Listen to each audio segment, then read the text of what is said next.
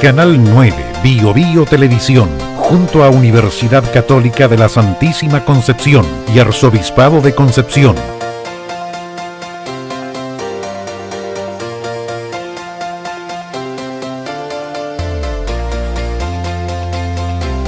Presentan Diálogo.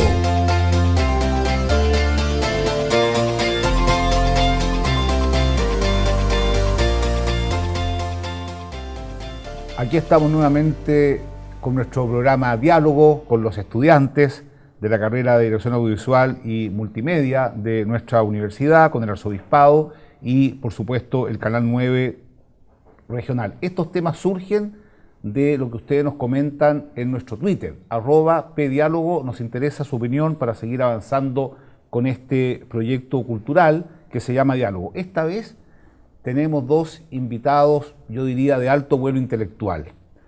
Don Francisco Escandón, académico del Departamento de Filosofía de la Universidad Católica de la Santísima Concepción. Me contaba que ha reflexionado mucho en metafísica, ahora está más bien en el tema de la ética empresarial, económica, y el profesor Marcelo Contreras, abogado, máster y doctor en Derecho y profesor de varias universidades. Yo quisiera empezar este diálogo con ustedes preguntándole cuál ha sido su opinión, el cambio social más significativo que hemos vivido en Chile en estos 50 años. Si usted tuviera que hacer una síntesis, el cambio cultural, diría yo, más profundo que se ha vivido en Chile, ¿dónde está en la opinión de ustedes que han reflexionado sobre estos temas? Empezamos con usted, profesor. Bueno, en primer lugar quiero agradecerle, padre, la invitación a este programa que usted lo ha ido consolidando brillantemente y que le amplía bastante el aula. Entonces, primero felicitarlo por eso. Segundo, congratularme por volver a la Universidad Católica de la Santísima Concepción, en la cual yo participé como uno de los profesores más bien cuasi fundadores ahí de la facultad o escuela de Derecho en ese minuto. Facultad, cumple 40 años en estos días. Claro, es que al comienzo a lo mejor no sé si éramos facultad inmediato en el primer año, porque éramos tan poquitos, sí, segundo año. De manera que un grato recuerdo, ya me contaron que no estaba en este sector, sino que estaba por el centro de la ciudad, la facultad. Sí, Campus Santo Domingo. Así que primero hacer esa declaración. Y tercero, como le dije, que antes de que ingresáramos a conversar al programa, de que siempre estaré a disposición de usted para lo que usted requiera. Bueno, yo creo que su pregunta es de un tremendo peso como para iniciar el programa. No está en la introducción introductoria del pensamiento introductorio. No, al grano al tiro. Al grano al tiro. Mire, yo le diría que para este país largo y angosto, en que no resulta tan simple convivir, ¿ya? Estoy oteando así hacia los lados, mirando la vieja Europa, algunos países. Gracias a Dios me ha tocado mucho viajar. Creo que somos un poquitito nosotros sensibles de piel. De manera que yo creo que la gran transformación que ha tenido son todos estos cambios sociopolíticos que le ha tocado vivir a Chile en estos últimos 50 años largos, para agrandarle más el tema.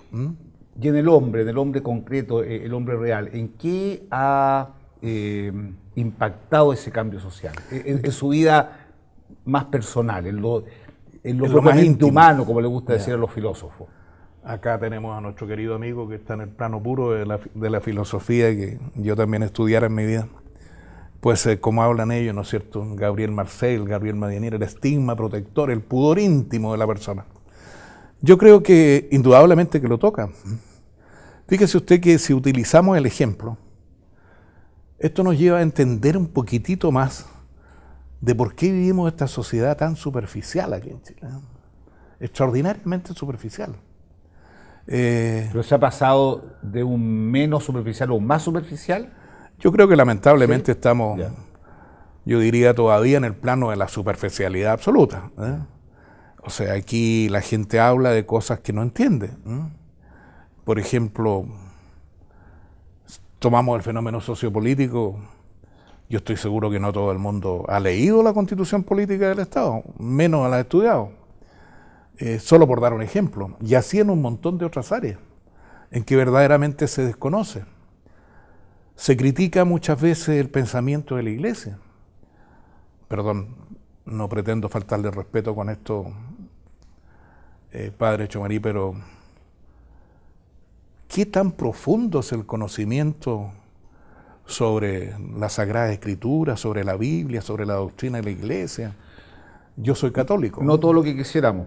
Entonces pareciera ser que el mundo católico, acá, el que represento yo, no el que representan ustedes, es más bien amateur, aficionado.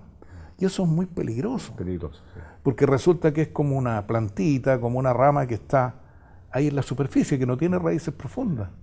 Y que en cualquier momento, ante cualquier avatar, se siente complicado. Bueno, ese es el gran dilema que tenemos nosotros, que nos damos cuenta que la transmisión de la fe se dificulta más justamente porque la raíz no es lo suficientemente sólida.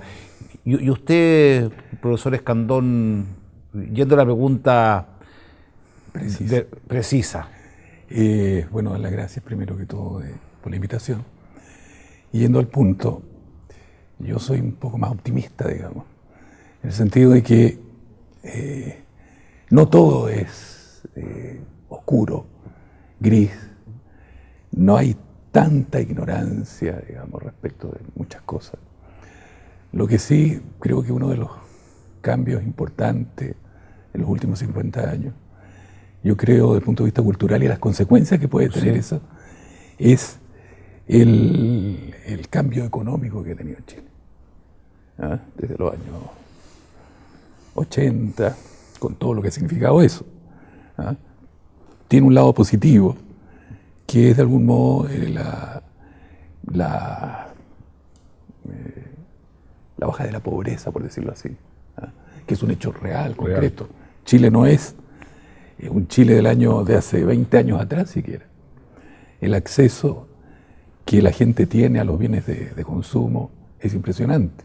Ahora, claro, las consecuencias de las teorías político-económicas que hay de fondo, en el fondo de esta práctica económica, ha sido peligroso. El tema de la libertad económica, por ejemplo. El concepto de libertad caro a todas las teorías económicas. Cualquier economista importante tiene su texto, ¿no es cierto?, acerca de la libertad. Claro, claro. ¿Usted cree, a usted dos, le hago esta pregunta, que esta libertad económica ayuda o no ayuda a la cohesión social y a la identidad de país? Por ejemplo, a mí me ha llamado la atención, y con mucho dolor lo digo, que cada vez me encuentro con más gente que habla de Chile, de nuestra patria, como este país.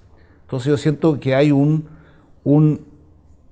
alejarse de la patria, de lo que es el padre, de lo que es la tierra. ¿Ustedes creen que a mayor libertad personal, menor cohesión social o no? ¿Y puede ser esta una lectura interpretativa de lo que estamos viviendo en Chile? Les pregunto. Perdón, adelante. Yo pienso que la libertad nunca es un menos, digamos. No tiene un sentido negativo, salvo por la fuerza, bueno, de que puede tener una sociedad como tal. ¿Por qué digo esto? Porque todos estos conceptos como sociedad, institución, hoy día empobrecen indudablemente el carácter personal que constituye una sociedad como tal. Porque la sociedad no existe como sociedad, existen personas que constituyen la sociedad, claro, o que conforman la sociedad. Y con las instituciones pasa más o menos lo mismo. Qué sé yo, la misma iglesia, o sea, la institución, ¿no es cierto? Pero se diluye la responsabilidad de las personas, ni siquiera de los individuos, ¿no? Porque eso no corresponde a la sociedad, es un aspecto de la sociedad. Y en este sentido, los abstractos, ¿no?, estos entes de razón, son más fáciles de manejar, digamos. Claro, pues sí, claro. Pero la libertad. Los sujetos morales, los que tienen que responder, al final son las personas. Son las personas. O sea, hablar de una empresa, por ejemplo, con malas prácticas no significa nada. Son personas concretas que realizan malas prácticas. ¿Cómo ve usted, profesor, libertad, cohesión social? Yo veo que es una ecuación tremendamente compleja, que ni mucho menos está resuelta hoy día, que hemos avanzado, pero hemos avanzado complejizándola más, no como una crítica, sino que hemos avanzado complejizando eso, porque cada vez tenemos un mar de opiniones que se agrega. Sí. Desde aquella escala ontológica primera que se hablaba, ¿no es cierto?, de la persona, de la famosa ecuación esa de materia más vida, más psiquis, más espíritu, siendo lo último lo más importante, que muchas veces olvidamos, porque hasta materia más vida y más psiquis llegamos al reino animal, ¿no? Pero cuando usted recién le agrega el espíritu a esa escala ontológica, es donde complejiza la ecuación. Y yo creo que ahí entonces nos falta mucho por aprender. Fíjese usted que yo observo a Chile y observo a quienes han sido mis alumnos desde hace muchísimas décadas. Yo estoy enseñando desde la década de los 70 en las universidades chilenas y me preocupa. Me preocupa, insisto, esa especie de vacío que nosotros mismos a lo mejor somos culpables, que no le hemos sabido entregar a los alumnos. Porque cuando usted carece de la comprensión de los conceptos que forman la materia, usted está hablando de nada. Si usted habla de los fenómenos fenomenales en la atmósfera atmosférica, eso no llega a ninguna parte. Si de repente usa el concepto de infraestructura o superestructura, ¿qué es lo que es eso? O sea, muéstremelo, explíquemelo, ¿no es cierto? Son conceptos que no puedo yo hacerlos, ¿no? Y que sin embargo, si yo escucho y leo, ¿no es cierto?, a quienes me toca por necesidad y por gusto leer en el ámbito de la ciencia política, de la filosofía y de todo eso, de pronto me sorprende porque agrava más la causa. Usted cuando ve los grandes enfrentamientos en esta materia del hombre actual, como le preocupa a usted, señor obispo, usted no está enfrentando conceptos, porque los conceptos son representaciones de la realidad. Claro. Si usted me dice a mí de los conceptos suyos, que no me voy a meter ahí, ni parece que tampoco mucho con mi querido amigo, si usted me dice represénteme la verdad, me retiro tranquilito. Y no sé, a mí la definición de verdad que más me ha gustado, independientemente de la verdad revelada, ¿no es cierto?, es la definición de Volkert, del alemán, cuando dice la verdad es el error más adecuado, porque él parte de una base, que el hombre como hombre no puede hacer algo justo y perfecto, por todos los lados.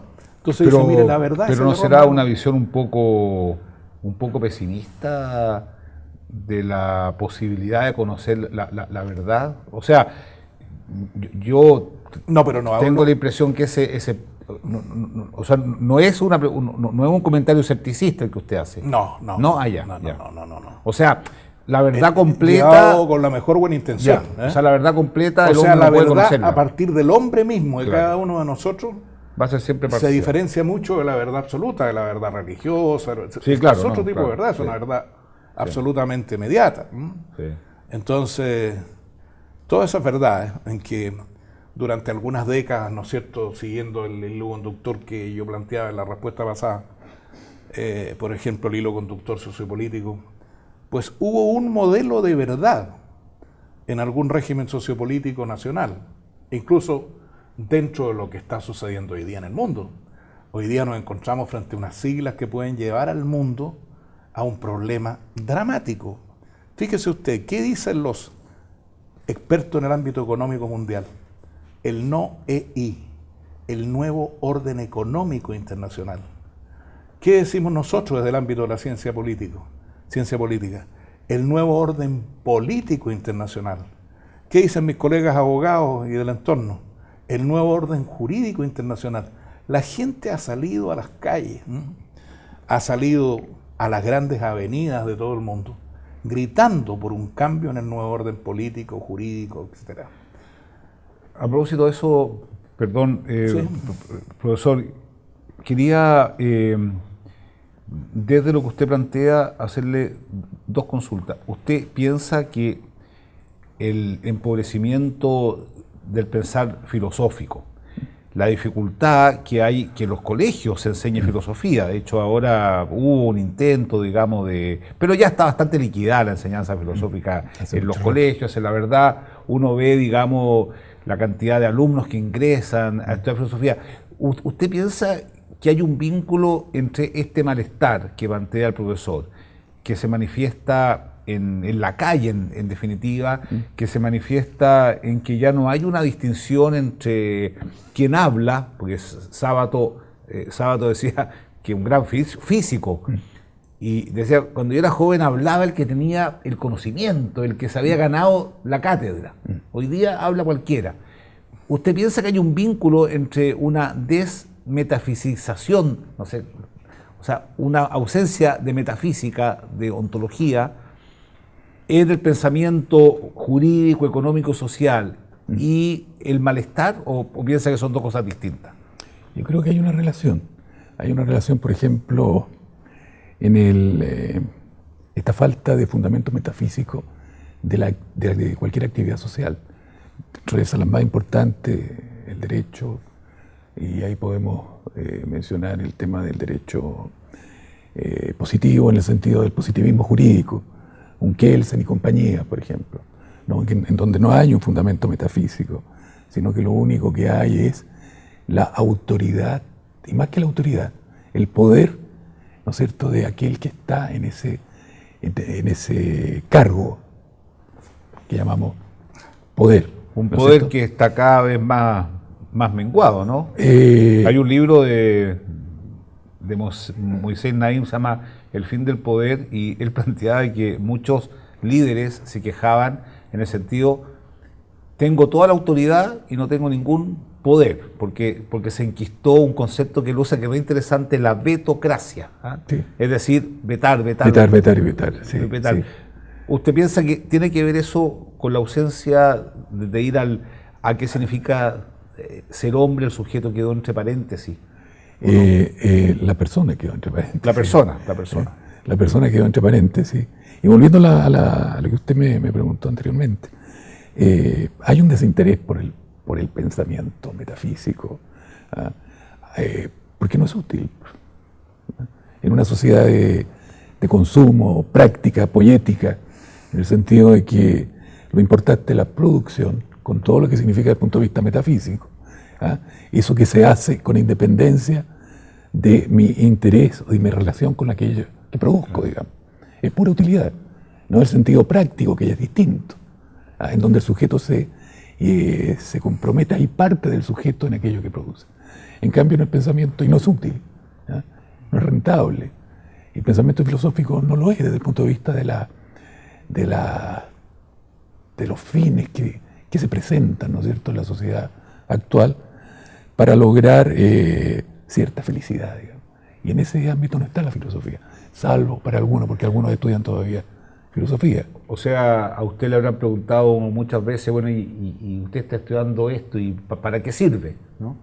Claro, bueno, hay una gran resistencia, por ejemplo, ya que estamos mencionando esas áreas, hay una gran resistencia del mundo jurídico, por ejemplo, a aceptar la doctrina del naturalismo actual y comparado, o sea, el derecho natural. Hoy día sí.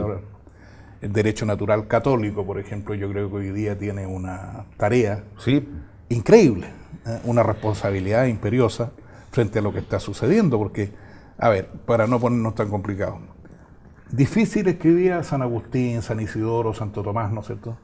Sobre todo cuando se lee en profundidad a Santo Tomás, que en realidad, más que leerlo, alguien tiene que írselo explicando, ¿no es cierto?, que es el gran teólogo, pensador, sí, claro. Santo Tomás de Aquino, ¿no es gran cierto? Filósofo, gran teólogo. Entonces, exactamente. Pues bien, cuando uno empieza a repasar aquello, hasta los naturalismos actuales y comparados al derecho natural, toda la obra de Recassensiches, por ejemplo, que es valiosísima, yo me encuentro que incluso, y perdón si entre medio va una pequeña crítica, incluso las universidades católicas están abandonadas. Usted empieza a repasar las mallas curriculares de facultades de Derecho, qué importancia se le da a lo que significa el naturalismo actual y comparado. Porque llegado el minuto en que dentro de la sociedad concreta de hombres y de mujeres hay que definir el tema del divorcio u otros temas valorativos, por favor, esos son temas que le competen, pero directamente al derecho natural. El gran debate cultural hoy día. Y no tiene ningún asidero de otro tipo, digamos. Entonces, las personas no transitan por ahí. Claro. y se enfrentan al problema. Y cuando tienen que vivir el problema se dan cuenta que ni siquiera han tenido el tiempo en su pregrado, los que han hecho una carrera de ese orden, incluyendo los filósofos, pues de detenerse a pensar en ese cuento. Yo me he encontrado con sorpresas horrorosas frente a eso. Yo comparto, profesor, vamos a tener que ir a una pausa. El gran debate cultural hoy día es si existe una ley natural que obedecemos o el hombre es el que crea la realidad incluyéndose a sí mismo. Para mí ahí está el centro y todos los temas llamados valóricos tienen que ver con ese. Ese es para mí el centro del debate y yo lamento mucho que no tengamos en Chile, diría yo, una masa crítica adecuada que sea capaz de hacer frente a este debate y pienso que la aula está en deuda, no sin razón. Ya Juan Pablo II escribió El esplendor de la verdad, como una forma de reivindicar, digamos, la verdad inherente al hombre que hay que descubrir. Escribió Fe y Razón, reivindicando la razón, la Iglesia Católica reivindicando la razón, reivindicando la filosofía, y después el cardenal, el Papa Benedicto, digamos, volviendo, digamos, a hacer esa pregunta increíble, ¿qué es lo real? Bueno, con eso vamos a una pausa y seguimos. Imagínense, el Papa le pregunta a la sociedad, ¿qué es la realidad? Una cosa increíble. Vamos a una pausa y volvemos. Escríbanos en @pediálogo.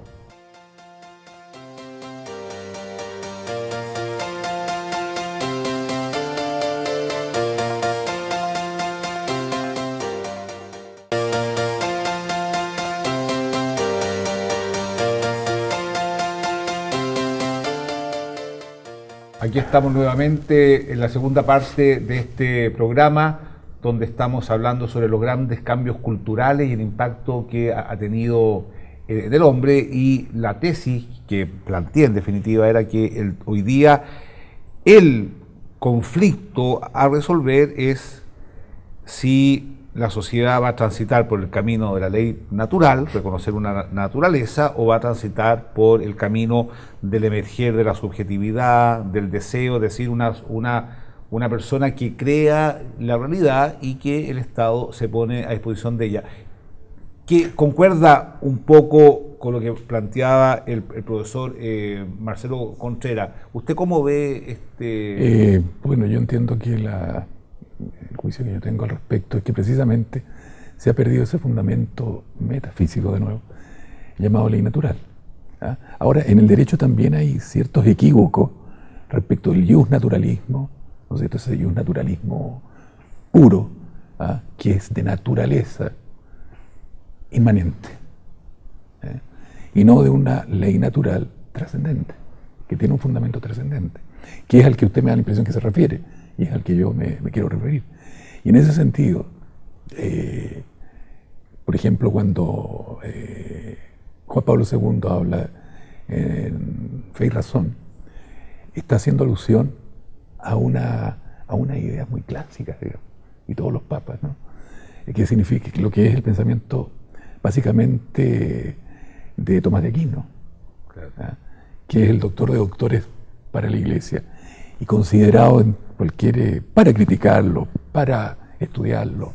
Pero un referente hasta el día de hoy. Es un referente hasta el día de hoy. No cae, el tema de la verdad, por ejemplo, ¿ah? A propósito de la realidad, ¿ah? ¿Qué hay en el fondo de lo que se pretende decir? Es lo que decía Tomás de Aquino, ¿no es cierto? Esa adecuación con la realidad. Claro. O sea, hay algo a lo que yo me tengo que enfrentar. Creo realidades, sí, secundarias, ¿ah? Artificiales. ¿Ah? ¿Son realidades? Sí. Pero, y aquí recuerdo a propósito de la verdad, lo que él decía el propio Tomás de Aquino, ¿no? Que la verdad está principalmente en la inteligencia, decía, sí, claro, y secundariamente en la realidad. ¿Ah? Pero el fundamento de la verdad es lo real, digamos.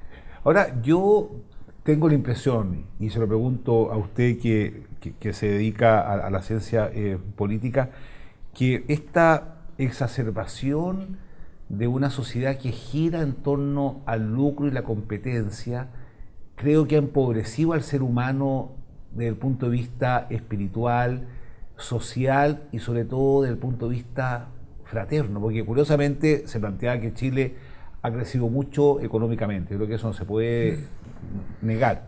Pero por otro lado estamos cada vez más encerrados en nosotros mismos, en nuestras propias casas. Uno ve los alambres púas, las rejas, etcétera. Y también la disparidad.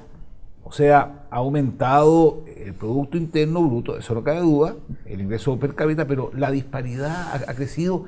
Entonces, desarrollo económico y malestar. ¿Cómo ve usted eso desde su experiencia en la evolución política del país y cómo hacer frente? Bueno, yo creo que hablando de Dios, hablando del fundamento último, pero usted ¿cómo ve esta ecuación? Yo lo veo, padre, malísimo y lo veo progresivamente mal. A ver. Perdón que no, por favor, tenga ahí, sea tan ácido para decirlo. Mira, no es posible que las personas que más hablan de que este tiene que ser un país justo y que tiene que haber una proporción en los ingresos, qué sé yo, como son nuestros parlamentarios, reciban remuneraciones que no se condicen con la realidad nacional. No voy a dar la cifra porque ya resulta vergonzoso, pero ni mucho menos es lo que ellos dicen antes de ser consultados cuáles son sus ingresos, que hablan, qué sé yo, de 9 o 10 millones de pesos. No, es muchísimo más, es mucho más del doble lo que reciben con los flecos y todo eso. Entonces, que usted ande pregonando, ¿no es cierto?, porque haya un país más equilibrado y más justo en los ingresos. Oiga, no, pues mi amigo, encuentro que vamos mal en eso, porque cada vez nos angustia más este grado, esta diferencia tan grande que hay. Mire, yo fui muy amigo y me honra la amistad que tuve, porque hace poco que falleció, voy a mencionarlo, don Alejandro Silva Bascuñán. Ah, sí, el gran jurista. Exactamente, que entre paréntesis fue un hombre extraordinariamente generoso. Sí, muy generoso. Y yo diría que incluso hasta la propia iglesia supo de su generosidad ahora último. Sí, sí. Pues bien, y que, por favor, usted conversaba, como muchas veces a lo mejor lo hizo con don Alejandro. Lo que pasa es que estuvimos bastante tiempo juntos en la Comisión Justicia y Paz de la Conferencia Episcopal. Él fue muy celoso de participar en todas las reuniones, incluso siendo ya un hombre muy anciano. Sí. Y le voy a decir que cualquier persona que conociese físicamente, que tuviese un coloquio, una conversación con él, oiga, yo estoy seguro que nadie imaginaba el patrimonio que este señor tenía, digamos, hablando, ¿no es cierto? Y cómo desinteresadamente y en forma tan maravillosa hizo lo mejor que podía hacer con él. Bueno, don Alejandro, que nos unía a los dos, no la edad ni tampoco el derecho, nos unía que él egresó del colegio La Salle, del equivalente al San José. Ah, ya. Él estudió en Talca con los hermanos de las escuelas cristianas. Ya. Yo soy un producto de los hermanos de las escuelas cristianas, que no quiero ni preguntarle, señor suyo, porque usted es un hombre muy documentado. ¿Cuántos quedan en Chile? Pocos. En el mundo también. Y en el mundo igual. Lamentablemente también. Oiga, es un fenómeno... Una enseñanza maravillosa, sí, claro, es lo que ahí me tocó vivir. Esa iglesia que yo viví ahí con ellos fue maravillosa.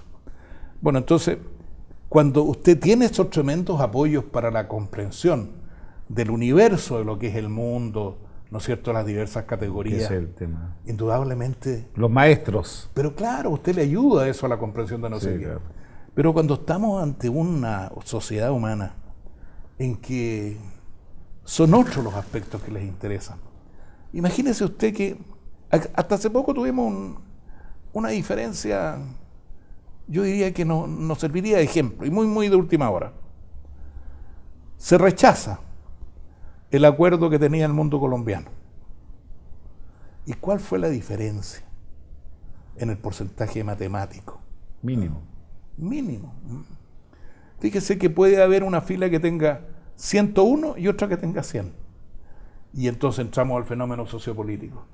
Y el que tiene 100, como perdió, porque el otro sacó 101, se queda sin nada. A mí eso me parece que hay que revisarlo, ¿no? Y el que sacó 101 se queda con todo.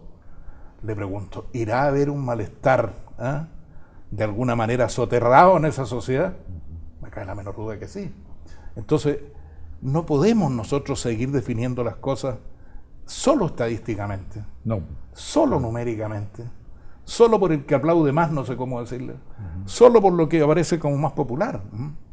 Y estos fenómenos que preocupan tanto a mi distinguido colega y que también me preocupan a mí, que son los fenómenos metafísicos, aunque parezca realmente toda una paradoja, son los que van a definir lo que sucede en el universo total. Yo pienso como usted en el sentido que al final son las ideas las que marcan el rumbo de los países, pero podría suceder de que hay una idea, de que no hayan ideas, digamos, o sea, un cierto, en el fondo, nihilismo intelectual, una especie de caos, y yo siento que ese es un tema... Hay una suerte de idea, ¿no es cierto?, que eso termina siendo una idea, de carácter nihilístico, donde o cierto nihilismo, donde no hay una adhesión, una convicción, ¿no es cierto?, porque la convicción se ha perdido por lo demás,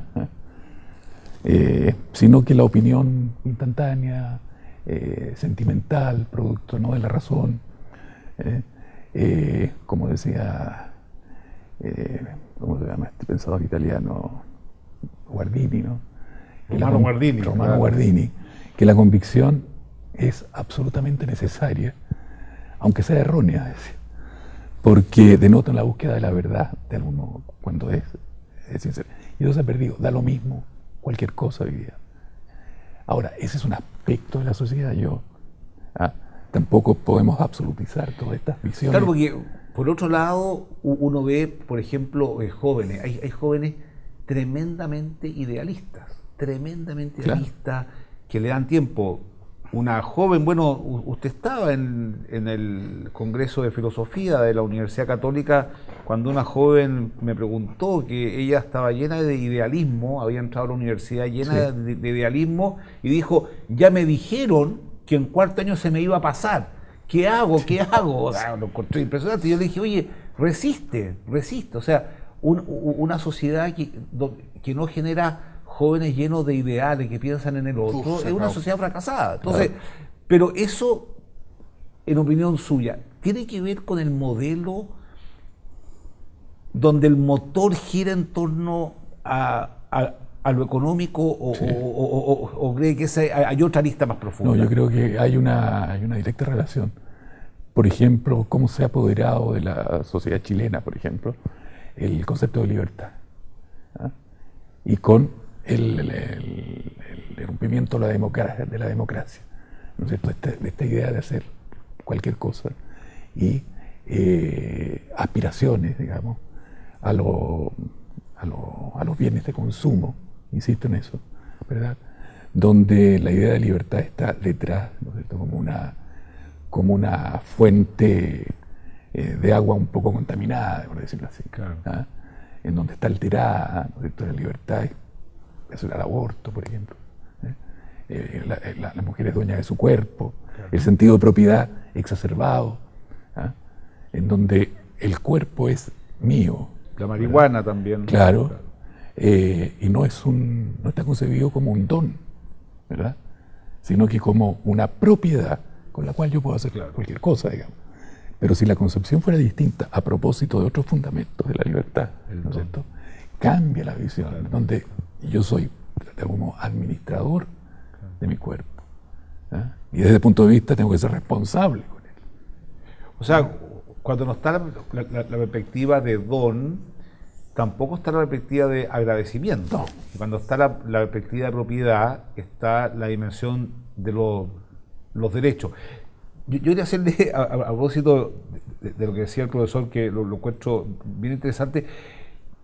Yo pienso que es muy difícil legislar cuando no hay una antropología mínima de base, porque si es que no hay una concepción mínima de lo que significa ser hombre en el mundo de la creación de leyes, al final el Parlamento puede terminar siendo una notaría, por así decirlo, de los gustos personales. ¿Usted cree que eso puede conducir a algún lugar? Es decir, una mínima referencia al hombre, una ausencia de una mínima referencia a lo que significa ser hombre, ¿puede llevar a leyes justas, por ejemplo? Bueno, yo concuerdo plenamente con su inquietud nuevamente, padre. Yeah. Y que conste que no nos hemos puesto de acuerdo aquí antes del programa. Pues estaba pensando en la última parte de la respuesta de mi distinguido colega, que, bueno, von Hayek, ¿no?, tiene una visión distinta frente a lo que es la libertad. Karl Marx, el joven, estoy hablando del Karl Marx de no solo del Capital, sino que de sus otras obras, ¿no es cierto?, pues tenía una visión absolutamente distinta, determinista de la libertad, ¿no es cierto? Yo creo que justamente es difícil explicar desde el punto de vista marxista la libertad, porque justamente no es libertad en la que usted está explicando, sino que hay un aspecto de concentración del eje político en la conceptualización y terminología que hace Karl Marx. Bueno, pero volviendo al punto que me preguntaba nuestro distinguido obispo, no cabe la menor duda que estamos enfrentados a ese dilema y que vamos a tener que hacer fuerza los que estamos en algún sector de la sociedad que le da la importancia máxima a la libertad en el mejor de los sentidos, porque no es un concepto con el que usted pueda jugar o disfrutar, ni tampoco es un concepto de antojos. No. Y yo de pronto veo a personas, le digo, que en un momento histórico-político determinado son minorías, pero definitivamente son minoría, y perdón que repita, mínima de verdad, o sea, una cosa minoría, y que sin embargo defienden su concepción, yo diría, ardientemente, y no cambian su posición. Tal vez se mueven un poquitito de acuerdo al eje temporoespacial de una forma u otra, pero no cambian su posición, son valientes. No es la regla general, porque la regla general se sigue guiando en este concepto de libertad por la fraseología, ¿no es cierto?, por aquello en que probablemente hay mayoría, y en otros conceptos chilenos que son mucho más feos, como decir, ¿y cómo voy yo ahí? Y entonces hacemos un cuadro, por favor, muy complejo, que nadie entiende, y que sin embargo nos está llevando por un sentido muy peligroso.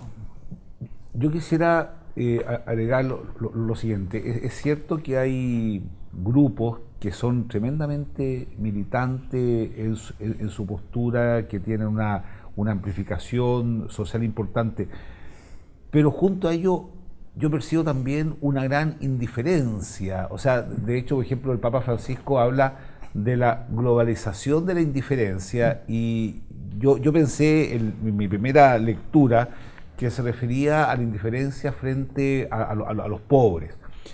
Yo he vivido eso también, siento que hay una gran indiferencia, cuesta mucho levantar proyectos sociales, pero creo que el Papa lo hacía extensivo a algo mayor que eso, es la indiferencia frente al acontecer.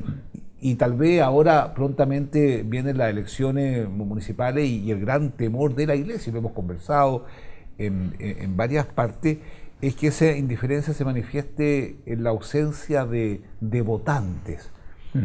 ¿Creen que hay una relación, digamos, en eso? O sea, en el fondo estamos, por un lado, un grupo de personas militantes, en minoría, por otro lado, un grupo que genera una gran indiferencia. Y la ausencia de eso es el diálogo. Ahora, volviendo al tema de la libertad, sí, que yo veo como el problema de fondo de esto, en el sentido de que hay cierta idea de la libertad que es la que está en lo que usted menciona, está presente en esa, que es esa libertad que todos mencionan, ¿no es cierto? De aquí, mi libertad llega hasta donde comienza la tuya. Ahora, eso tiene, a mi juicio, dos interpretaciones. Una, que esa libertad sea dialéctica, por decirlo así, digo, que sea dialógica, y la que prima es esa libertad individualista, ¿no es cierto? Donde yo en mi coto, y que nadie se meta con mi coto, o en mi coto, ni yo en el lado de otro. Y se pierde el diálogo, y se genera una indiferencia, ¿verdad?, con respecto a todo lo demás. Y lo que acontece es la primacía del individualismo a costa de lo que sea. Un poco Hobbes, ¿no es cierto? El hombre un lobo para el hombre. El emerger de la subjetividad como el valor absoluto. Absoluto. Es un conflicto, o sea, es un conflicto eso, pero sabe, bueno, tiene mucha arista esto, pero yo percibo que cuando el emerger de la subjetividad del individuo es el valor absoluto, todo lo demás es instrumentalizado. Es decir, el otro en la medida que me sirve, la institución en la medida que me sirve, la empresa, el trabajo, etcétera. Y es difícil convivir en una sociedad porque va quedando gente en el camino. Por ejemplo, los ancianos, los pobres, los que no tienen nada más que ofrecer sino que su presencia. Muy bien dicho. A ver, ¿usted cómo lo ve? Me parece a mí, padre, me parece. Y eso es lo que yo encuentro realmente peligroso. Porque todo eso es esencialmente sociedad. Y perdón que utilice los conceptos de King B. Davis. Es sociedad humana. Sociedad humana, claro. Es sociedad humana. Porque de repente uno dice sociedad y pareciera ser que es algo etéreo, la sociedad, que no es inacible, ¿no? No, sociedad humana. Con hombres y mujeres concretos. Exacto, con sus necesidades, ¿no es cierto? O como en el mismo ámbito de la ciencia política que decía Maurice Duverger. Ciudadanos, sí, pero antes que ciudadanos, hombres reales y situados. ¿Cuál es el hombre real y situado? Ese que tiene necesidades, ¿no es cierto? Que tiene que ir a comprar el pan, que tiene que pagarle el colegio a los niños. Sí, claro. Entonces, porque ciudadano solo aparece. Ahora, paradojalmente, y yo creo que ahí tiene una labor extraordinaria nuestro querido amigo y colega aquí, yo creo que si no transitamos mucho más por el ámbito de la metafísica, no vamos a salvar este mundo físico. Y el arte, que es consecuencia metafísica, ética y estética. Así es. Se nos está acabando el programa. ¿Qué vamos a hacer hoy, amigo? Una última pregunta, porque ya nos queda un minuto. Recomiéndele un libro a los telespectadores. Un libro que usted cree que los puede marcar en su vida. Descontando la Biblia, por supuesto. Ya. Otro. Historia de la filosofía de Julián María. Ah, gran libro. Ya. Julián María, que fue profesor mío, perdona que lo diga, pero lo digo con satisfacción. Fue profesor mío en Europa, Julián María. Un buen libro. Fuimos muy buenos amigos. Entonces, es un muy buen libro. Sí, un buen libro. Muy completo. ¿Y usted, profesor Escandón? Bueno, siguiendo al profesor acá, en la línea de pensamiento español, que es muy importante leer autores españoles, que escriban en lengua nuestra. Sí, también. Y ahí mencionaría para una introducción amplia Ortega. Pero Ortega y Gasset. Ortega y Gasset. Todas sus obras, no una sola. No, cualquiera. Las 8 meditaciones sobre el amor humano son extraordinarias. Yo les recomendaría que lean a Vicente Huidobro, especialmente el canto segundo de Altazor. Yo quisiera agradecerle a ustedes, realmente, lamentablemente se hizo corto el tiempo, pero bueno, así pasa siempre con los filósofos. Mire, este es un acta del Congreso Chileno sobre la familia. Ah, qué bien. Fue editado por la universidad, usted lo debe conocer, pero bueno. Llegado. Así que muchas gracias. Ahí tenemos, y escríbanos en @pediálogo. En estos programas que hacemos con los estudiantes, realmente queremos sacar lo mejor del ser humano. Que usted se instale en su casa y vea que hay un campo extraordinario para reconocer nuestra dignidad y la belleza que significa vivir. Escríbanos a @pediálogo y muchas gracias. Canal 9 Bio Bio Televisión, junto a Universidad Católica de la Santísima Concepción y Arzobispado de Concepción.